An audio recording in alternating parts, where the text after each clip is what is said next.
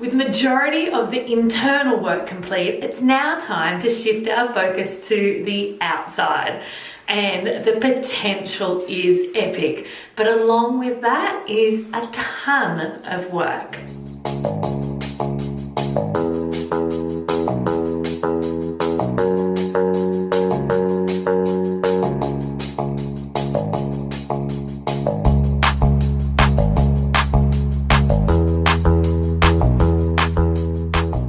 When I think about spending evenings up at the farm, I think about calm nights and a glass of champagne around a beautifully cozy warm fire and the kids running around, or maybe they're in bed, who knows.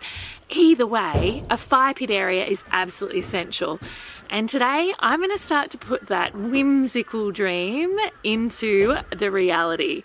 And it starts with creating a fire pit out of an old unused water tank.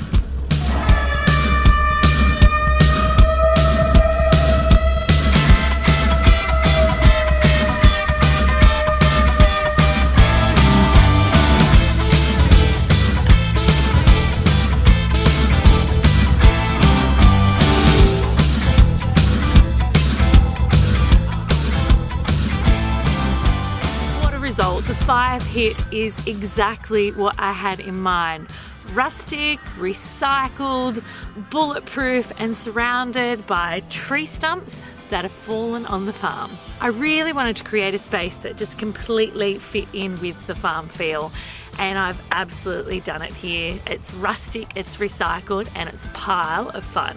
With the fire pit area now complete, it is time to shift our focus to the exterior of the house. And first things first, we need to replace that dangerous and old back deck.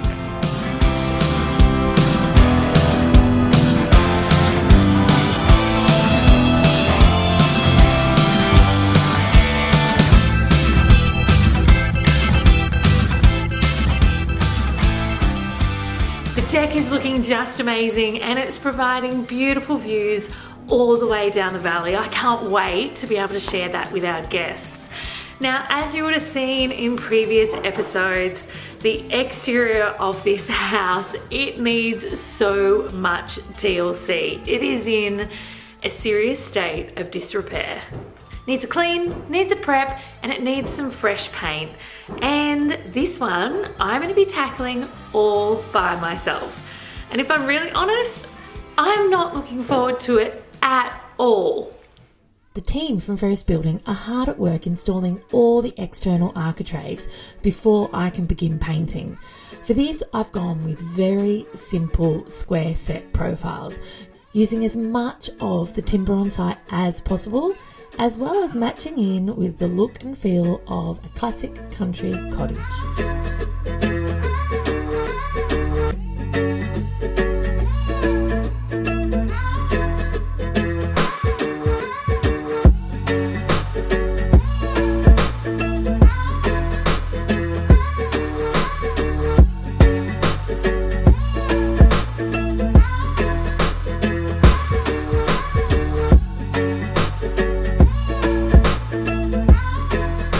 I was really conscious when choosing the colours for the exterior of the property that I've always dreamt of a white farmhouse, but up here, you know, there's a lot of dirt and a lot of dust.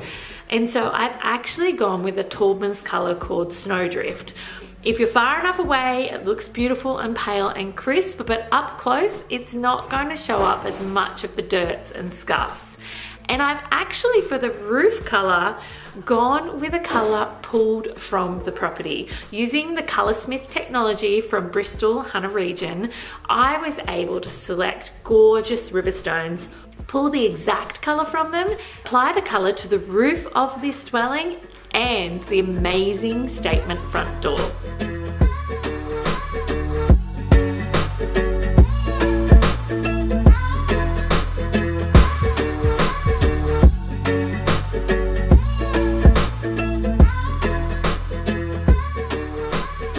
Well, the outside of the house is looking amazing, but I will be the first to admit that that wasn't easy, and to be honest, At times it wasn't actually fun. But with that family behind me, I get to focus on like all yummy fun stuff on the property.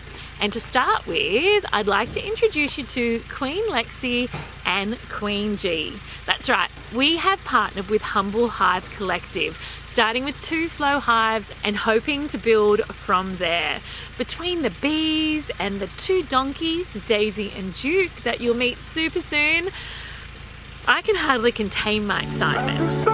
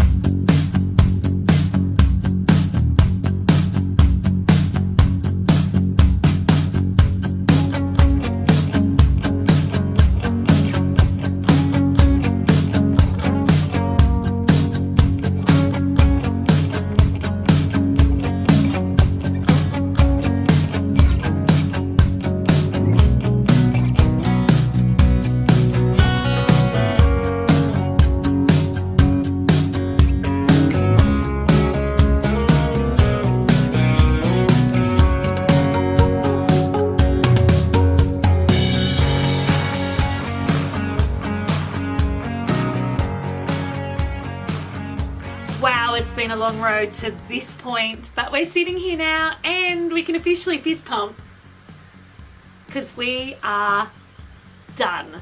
The cottage is finished and it's kind of a big task.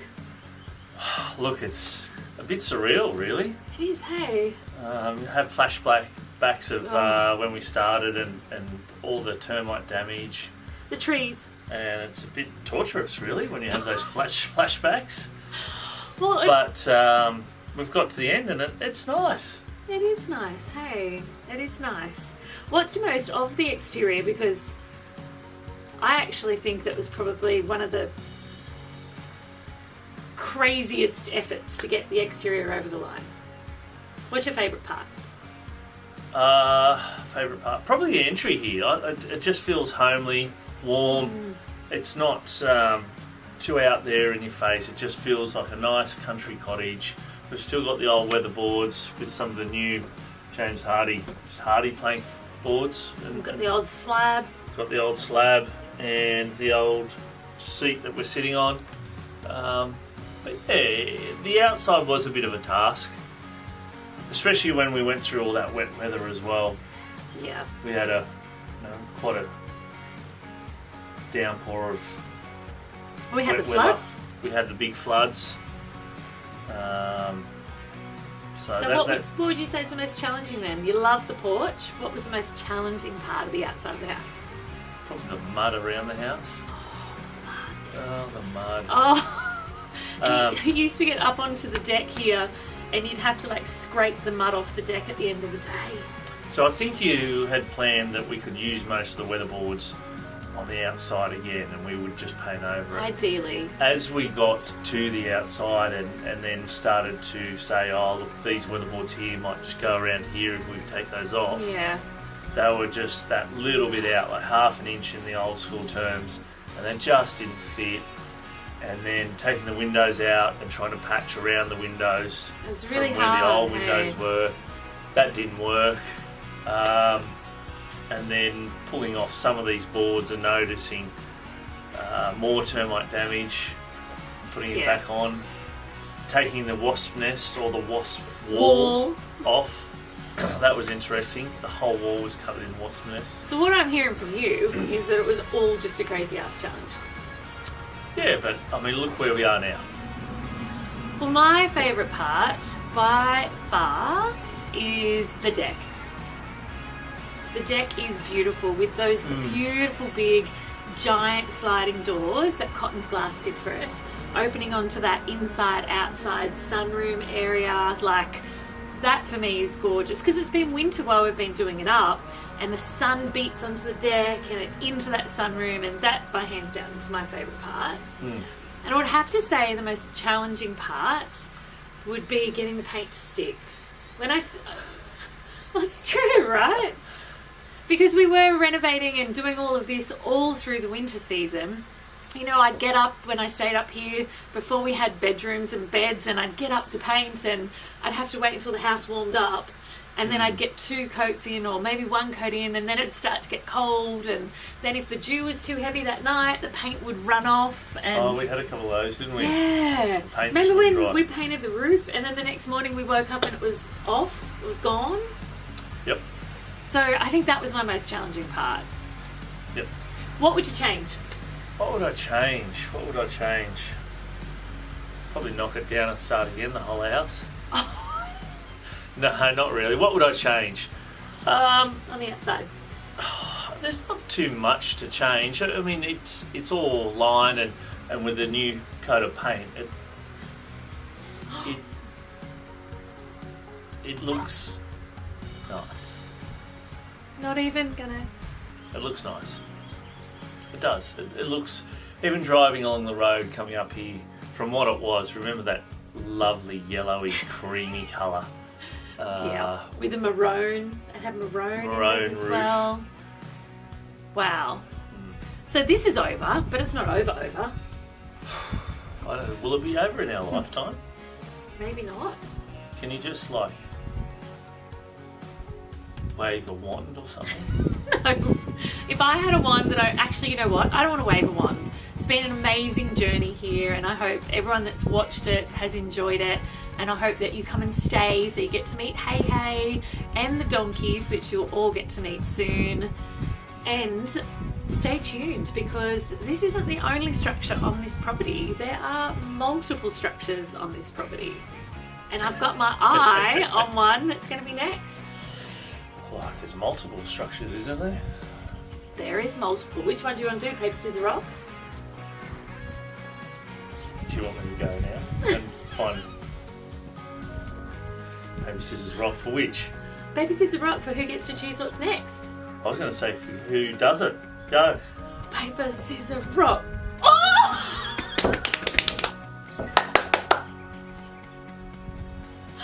Thank you for watching. See you next time.